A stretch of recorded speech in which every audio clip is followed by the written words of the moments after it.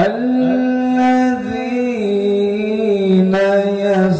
يستمعون القول فيتبعون أحسنه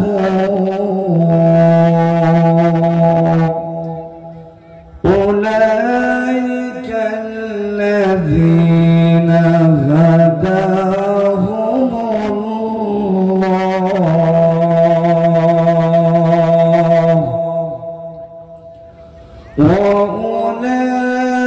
وأولئك هم أولو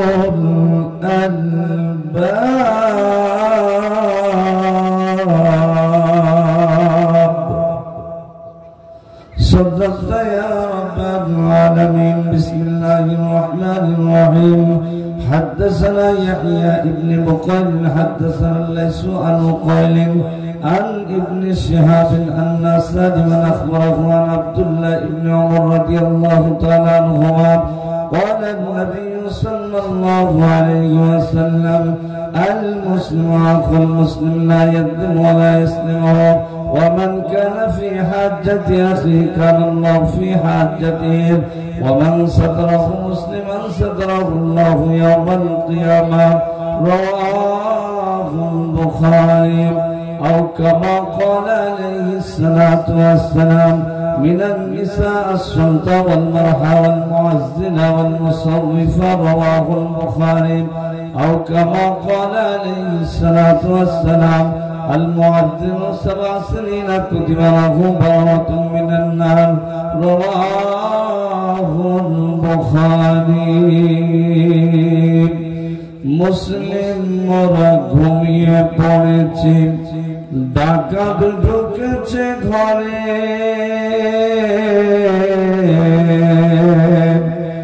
বামপন্থীরা আমাদের ঈমান কেড়ে নিয়ে গেল,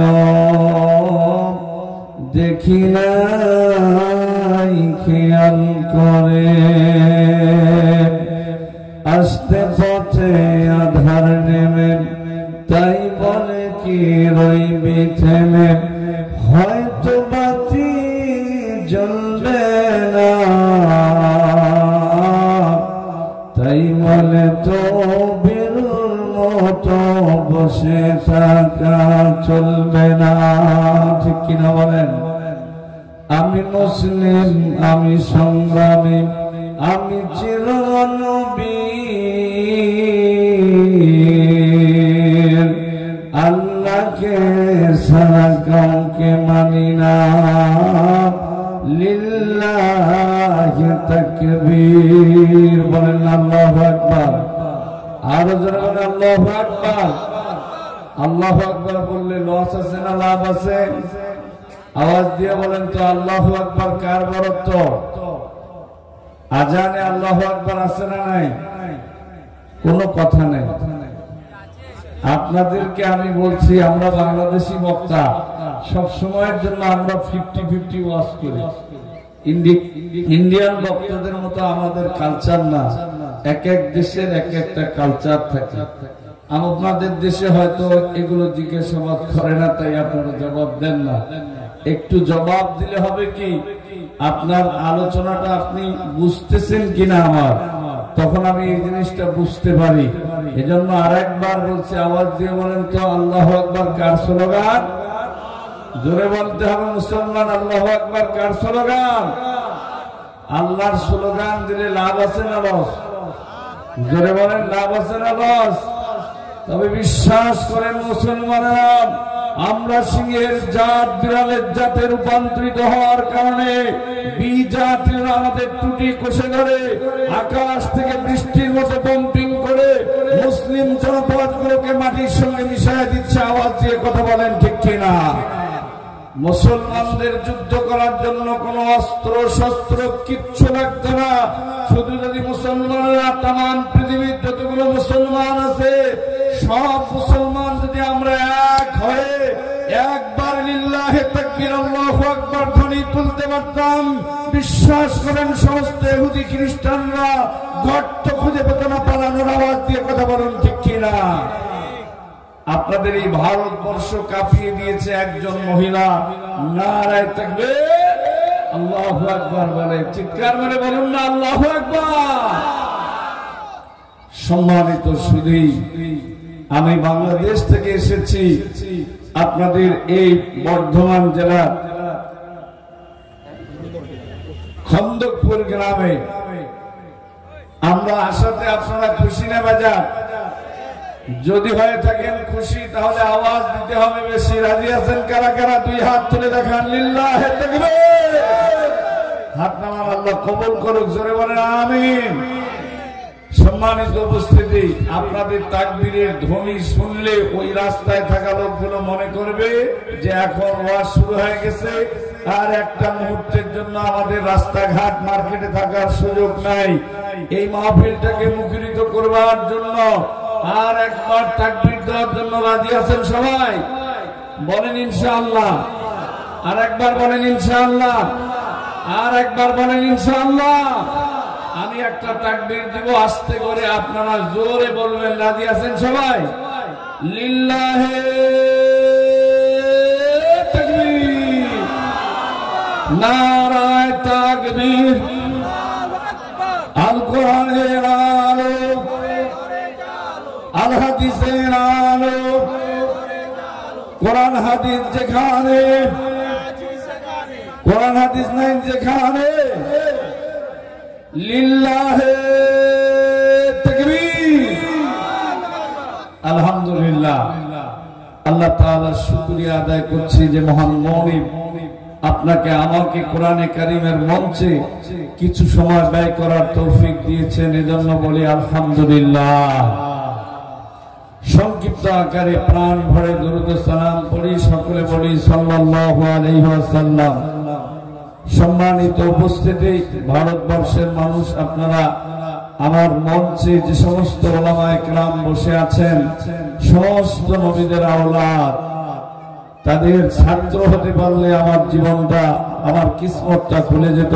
ওই সমস্ত গুণীধর উলামায়ে কেরাম, আমার সামনে বসা সুপ্রিয় মুসলিম ভ্রাতৃবৃন্দ, পর্দার অভ্যন্তরে অবস্থানরতা আমার অবলা সরলা সর্বগুণে গুণান্বিতা মা ও বোনেরা, আমি আপনাদেরকে সবাইকে বাংলাদেশের পক্ষ থেকে আন্তরিক শুভেচ্ছা জ্ঞাপন করছি। এবং আপনাদের আজকের মাহফিলের কাঙ্ক্ষিত মেহমান হযরতুল আল্লাম হযরত মাওলানা ওমর ফারুক সিদ্দিকী ইতিমধ্যে সারা বিশ্বের আনাচে কানাচে যাওয়ার তার সুযোগ হচ্ছে। আল্লাহ তাআলা আমার এই প্রিয় ভাইয়ের কণ্ঠকে কবুল আর মঞ্জুর করুক। চিল্লায় বলেন আমিন। আরো জোরে চিল্লায় বলতে হবে মুসলমান আমিন। আমার বন্ধুগণ, আমার ভাইয়েরা, কোরআনে কারীম থেকে আমি ছোট্ট একটা আয়াতের টুকরা তেলাওয়াত করেছি, আর বিশ্বনবীর মুখ নিঃসৃত আমিও বাণী থেকে অনেকগুলো হাদিসের ভিতর থেকে মাত্র 3খানা হাদিসের টুকরা তেলাওয়াত করেছি। এরই আলোকে আজকে এই ভারতবর্ষের মানুষকে একটা ছোট্ট পয়েন্টের উপরে আলোচনা শোনাতে চাই, আর তা হলো সেটা হলো এই বিশ্ব মুসলিম আঙ্গিনায় কোরআনে কারীমের তেলাওয়াত, কোরআনে কারীম শোনা বোঝার প্রয়োজনীয়তা কেন এবং কি দরকার, কেন আমরা এই কোরআন শুনব। বিশ্বাস করেন মুসলমান, যখন কোরআন ছিল না তখন এ জাতি অন্ধকার শূন্য পরিবেশে নিমজ্জিত ছিল, আর যখন এই কোরআন এসেছে, বিশ্বনবী কোরআনে কারীমের তেলাওয়াত মানুষকে শুনিয়েছে, যখন লোকেরা সুন্দরভাবে কোরআন মনোযোগ দিয়ে শ্রবণ করা শুরু করে দিয়েছে, ঠিক তখনই এই মানুষগুলোকে আল্লাহ সুবহানাহু ওয়া তাআলা হেদায়েতের রাস্তায় তুলে দিয়েছে। চিৎকার মেরে বলুন সুবহানাল্লাহ। আর একবার বলুন না সুবহানাল্লাহ। ভাই, দূর থেকে একটা ফ্যানের ব্যবস্থা করে দেন, দূর থেকে একটা ফ্যানের ব্যবস্থা করে দেন। সম্মানিত উপস্থিতি, আপনাদেরকে নিয়ে আমি সেই কোরআন থেকেই কথা বলবো।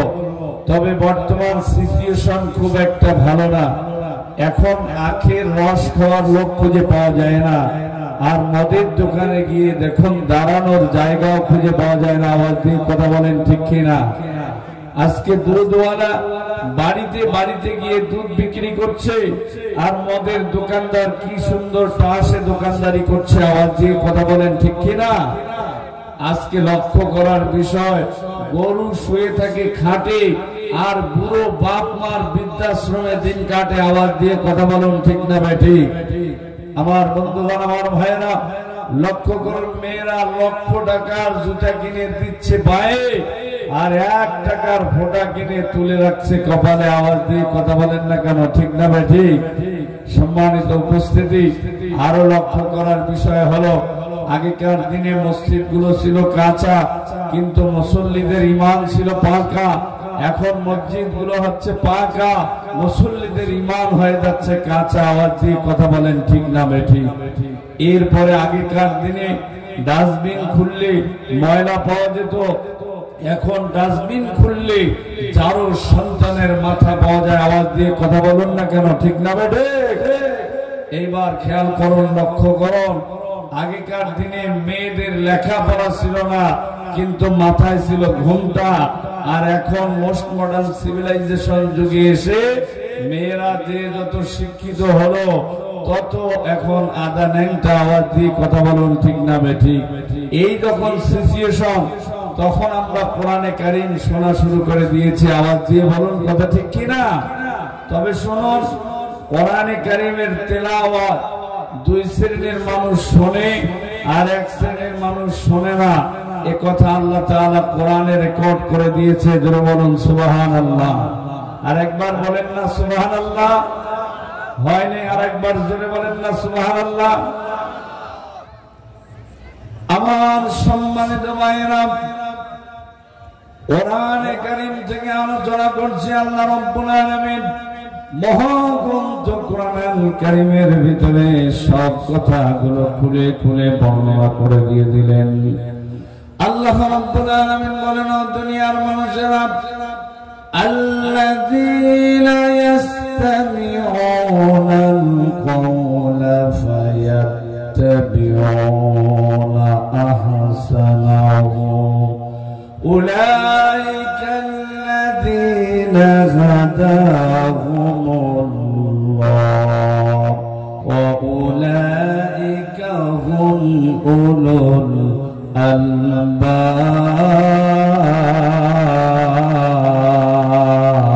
আলবাব। জোরে বলতে হবে আল্লাহু আকবার। আর একবার জোরে বলে আল্লাহু আকবার। আমার বন্ধুগণ, আমার মায়েরা, কোরআনে কারীম থেকে এক একটা আয়াতে কারিমা তেলাওয়াত শেষ করব যখন, আমি আমার ডান হাত দিয়ে আপনাদেরকে ইশারা করব তখন, আর ইশারা করব যখন 2 হাত তুলে আল্লাহু আকবার বলবেন তখন। রাজি আছেন যারা যারা? প্রস্তুত হয়ে যান তারা তারা। আল্লাহ বলেন, আল্লাযীনা ইয়াসতামিউনাল কওলা ফায়াত্তাবিউনা আহসানাহু উলাইকা আল্লাযীনা হাদাহুমুল্লাহ ওয়া উলাইকা হুম উলুল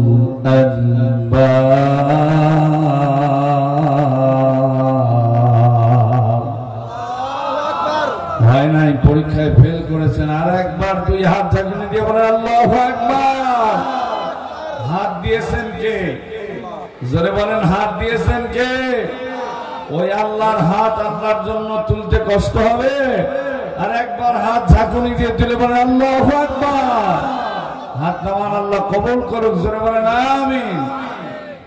আমার বন্ধুগণ, আমার ভাইরা, আল্লাহ রাব্বুল আলামিন সূরা জুমারের ভিতরে সুন্দর করে জানিয়ে দিলেন, নবীজি আপনি तमाम পৃথিবীর মানুষগুলোকে জানিয়ে দেন, এই দুনিয়ার মানুষগুলো যদি হেদায়েত প্রাপ্ত হতে চায়, হেদায়েতের রাস্তায় উঠতে চায়, তাহলে তারা যেন 2টা কর্মসূচিতে অংশগ্রহণ করেন। আওয়াজ দিয়ে বলুন তো, কয়টা কর্মসূচির কথা আল্লাহ ঘোষণা দিয়েছেন? জোরে বলেন, কয়টা? 2টা। 1 নম্বর হলো, যারা হেদায়েত প্রাপ্ত হতে চায় এক নম্বর কর্মসূচি হলো যেখানে কোরআনে কারীম থেকে আলোচনা করা হোক না কেন, যেখানে কোরআন দিয়ে কথা বলা হবে অবশ্যই সেই জায়গার মধ্যে যেতে হবে। যাওয়ার পরে কি কর্মসূচি তাদেরকে গ্রহণ করা লাগবে, সেটা হলো কোরআনে কারীমের আলোচনাটা খুব মনোযোগের সাথে শ্রবণ করা লাগবে। আর 2 নম্বর অর্ডারটা হলো আল্লাহ রাব্বুল আলামিন বলেন, ও দুনিয়ার মানুষেরা ফায়াত্তাবিউনা আহসানাহু, এই কালামের কথাগুলো থেকে উত্তম কথাগুলো যারাই অনুকরণ করবে, এই 2টা কর্মসূচিতে যারাই অংশগ্রহণ করবে, আল্লাহ রাব্বুল আলামিন বলেন উলাইকাল্লাযীনা হাদাহুমুল্লাহ।